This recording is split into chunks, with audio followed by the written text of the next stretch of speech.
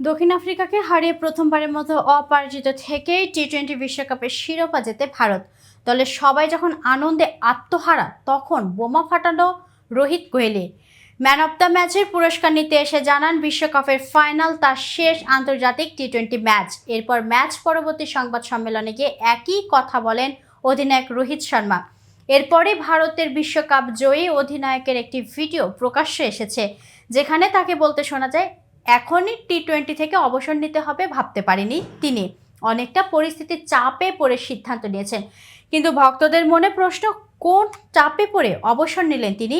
তবে কি সম্ভাব্য নতুন কোচ গৌতম গম্ভীরের শর্তের কথা শুনে এই সিদ্ধান্ত রোহিতের? এর পেছনে আর কি কারণ থাকতে পারে? এই বিষয়ে বিস্তারিত রয়েছে খবরের বাকি অংশে। আর কেটিভি ক্রিকেট থেকে আমি ইফাত আর মিথিলা রয়েছি আপনাদের সাথে। শনিবার ম্যাচের পরপরই সামাজিক যোগাযোগ মাধ্যমে ছড়িয়ে পড়ে রোহিত শর্মার একটি ভিডিও। সেখানে গণমাধ্যম কর্মীদের উদ্দেশ্যে রোহিতকে বলতে শোনা যায়, আমি ভাবিনি যে টি-20 থেকে অবসর নেব, কিন্তু পরিস্থিতি এমন করতেই হলো।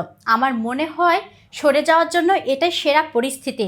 বিশ্বকাপ জিতে বিদায় জানানোর মতো ভালো আর কিছুতেই নেই। ভক্তদের প্রশ্ন, কি এমন পরিস্থিতির মুখোমুখি হয়েছেন রোহিত শর্মা?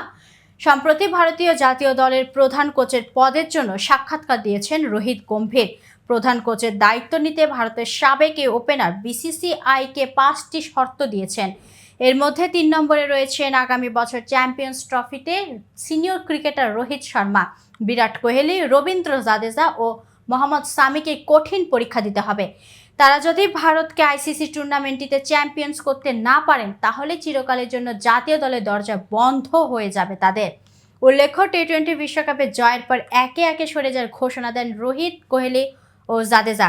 টি-20 ছাড়লেও অন্য 2 ফরম্যাটে খেলা চালিয়ে যাবেন তারা। এদিকে টি-20 বিশ্বকাপ জয়ী দলকে অভিনন্দন জানাতে গিয়ে বিসিসিআইয়ের প্রধান রজার বিনি জানান, গৌতম গম্ভীর হতে যাচ্ছেন ভারতের পরবর্তী কোচ। গম্ভীরের শর্ত কতটুকু প্রভাব ফেলবে দলে, সময় বলে দেবে। তবে একের পর এক তারকা ক্রিকেটারদের অবসরের ঘোষণা কিছুটা অস্বাভাবিক লাগছে সমর্থকদের কাছে। এদিকে কোহলি রোহিতের পর এবার টি-20 ফরম্যাটে বিদায় বললেন রবীন্দ্র জাদেজাও। অনেকবার হৃদয় ভঙ্গনের পর বিশ্বকাপ জিতেছে ভারত। সর্বশেষ কয়েকটি বিশ্বকাপে যেভাবে ফাইনালে গিয়ে হেরেছে তারা, তাতে এবারের বিশ্বকাপ জয়টা তাদের জন্য একটু বিশেষ। আর এই বিশেষ অর্জনের পরপরই টি-20 ফরম্যাট ছেড়েছেন বিরাট এবং রোহিত। তাদের পথেই হাঁটলেন আরেক অভিজ্ঞ ক্রিকেটার রবীন্দ্র জাদেজা। রোববার নিজের ইনস্টাগ্রাম অ্যাকাউন্ট থেকে অবসরের ঘোষণা দিয়েছেন তিনি। ইনস্টাগ্রামে তিনি লিখেছেন, কৃতজ্ঞতাপূর্ণ হৃদয় নিয়ে আমি টি-20 ক্রিকেটকে বিদায় জানাচ্ছি। অবিচল ঘোড়ার মতো সবসময় গর্বের সঙ্গে দেশকে নিজের সেরাটা দেওয়ার চেষ্টা করেছি এবং অন্যান্য ফরম্যাটে ভবিষ্যতেও সেটা করে যাব। টি-20 না খেললেও ক্রিকেটের অন্যান্য ফরম্যাটে খেলে যাবেন জাদেজা। অবসর ঘোষণার পোস্টে সেটাও স্পষ্ট করেছেন জাদেজা। বিশ্বকাপ জয়ে তার টি-20 ক্যারিয়ারের পরিপূর্ণ হয়েছে বলেও পোস্টে জানিয়েছেন তিনি। সমর্থনের জন্য দর্শকদের জানিয়েছেন ধন্যবাদ। এটি আমার টি-20 ক্যারিয়ারের সর্বোচ্চ চূড়ার মতো।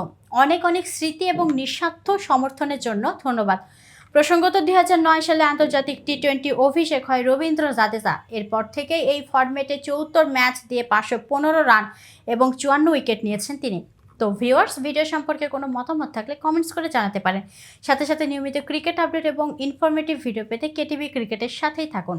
আজ এ পর্যন্তই।